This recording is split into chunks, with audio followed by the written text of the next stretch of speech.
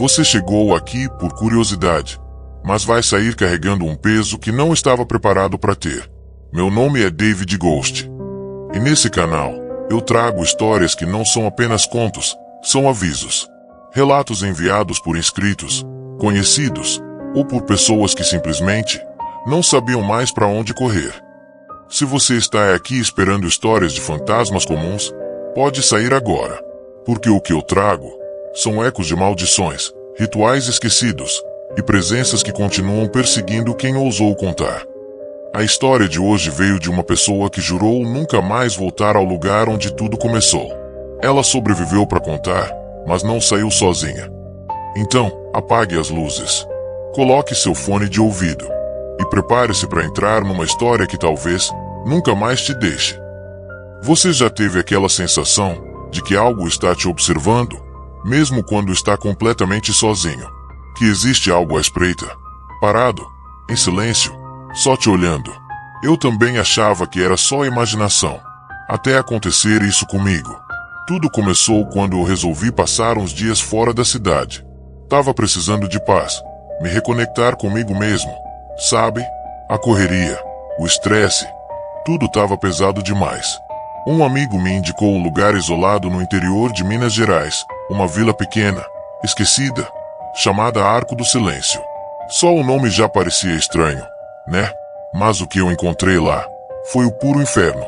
Cheguei numa tarde nublada, por volta das 4 da tarde. O céu estava cinza, meio avermelhado. A estrada era de terra e cada metro que eu avançava, parecia que o ar ficava mais denso. Quando finalmente cheguei, vi umas poucas casas antigas, todas em madeira escura, meio podres e com cortinas fechadas. Nenhuma alma na rua. O silêncio era absoluto. Mas não um silêncio comum, era um silêncio doente.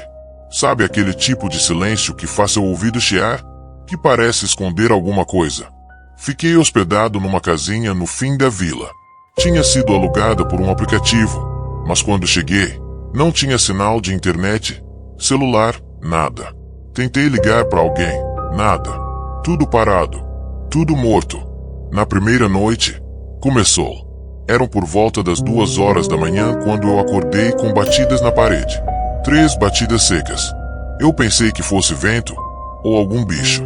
Mas aí veio de novo. 3 batidas, do outro lado da parede. E depois, sussurros. Muito baixos.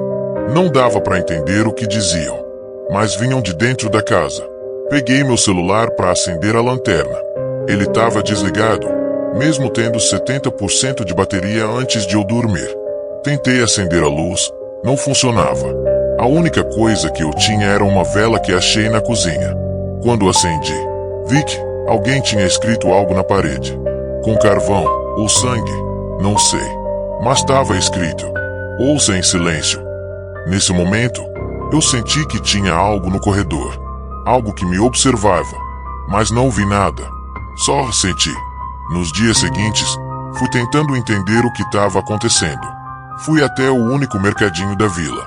Lá, conheci uma senhora, Dona Marilda. Ela me olhou com pena, como se eu já estivesse morto. Ela disse assim: você viu o arco? Não viu? Eu não entendi. Ela me explicou que, atrás da vila, tem uma formação de pedras, como um portal natural, chamado de Arco do Silêncio. E que quem passa por lá, nunca volta o mesmo. Ela me contou uma história de rituais antigos, onde crianças eram oferecidas em sacrifício no arco. Que a vila, na verdade, foi fundada por uma seita que adorava uma entidade chamada Sussurro, um demônio antigo, sem rosto, que se alimenta do medo humano, mas não qualquer medo. Ele se alimenta do medo que não é dito em voz alta, do medo que você guarda, do medo que você nega sentir. E o ritual era simples. Eles deixavam a pessoa sozinha no arco e diziam: ouça em silêncio. Se você ouvir, o demônio entra e nunca mais sai. Voltei para casa completamente perturbado. Aquela noite foi a pior da minha vida. Por volta das 3 da manhã, acordei com uma voz dentro da minha cabeça. Era como se alguém estivesse sussurrando dentro do meu ouvido, ao mesmo tempo em que arranhava as paredes da casa e arranhava meus pensamentos. A vela se apagou sozinha. e quando reacendi, tinha alguém parado na sala. Mas não era alguém. Era algo. Uma figura alta, magra, de pele escura como carvão, sem rosto, com a cabeça inclinada como se estivesse escutando, mas em completo silêncio. Não andava, deslizava, e onde ele passava, o chão rangia, mas o som nunca saia. Eu paralisei. Não conseguia gritar.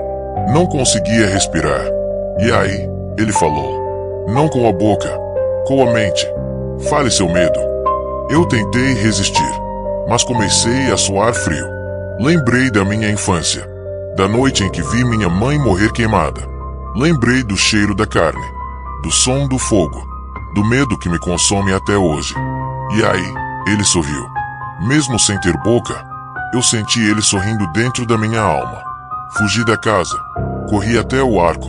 Era minha única chance. A vila inteira parecia vazia, mas nas janelas, eu via olhos me acompanhando, como se todos ali soubessem o que ia acontecer.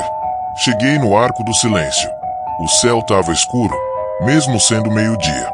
Entrei. Tudo parou. O vento, os sóis, meu coração. E então, ele apareceu de novo. Só que agora, ele estava dentro de mim. Desde aquele dia, eu não sou mais o mesmo. Eu saí de lá, mas não sozinho. Ele veio comigo. Por isso, se você está assistindo esse vídeo, cuidado, porque o sussurro viaja por histórias. Ele se esconde em palavras não ditas, em medos enterrados. E agora que você ouviu a história, ele te ouviu também. Então, se hoje à noite você acordar às 3 da manhã e ouvir 3 batidas na parede, não ouça, não responda e, pelo amor de Deus, não fale o seu medo em voz alta.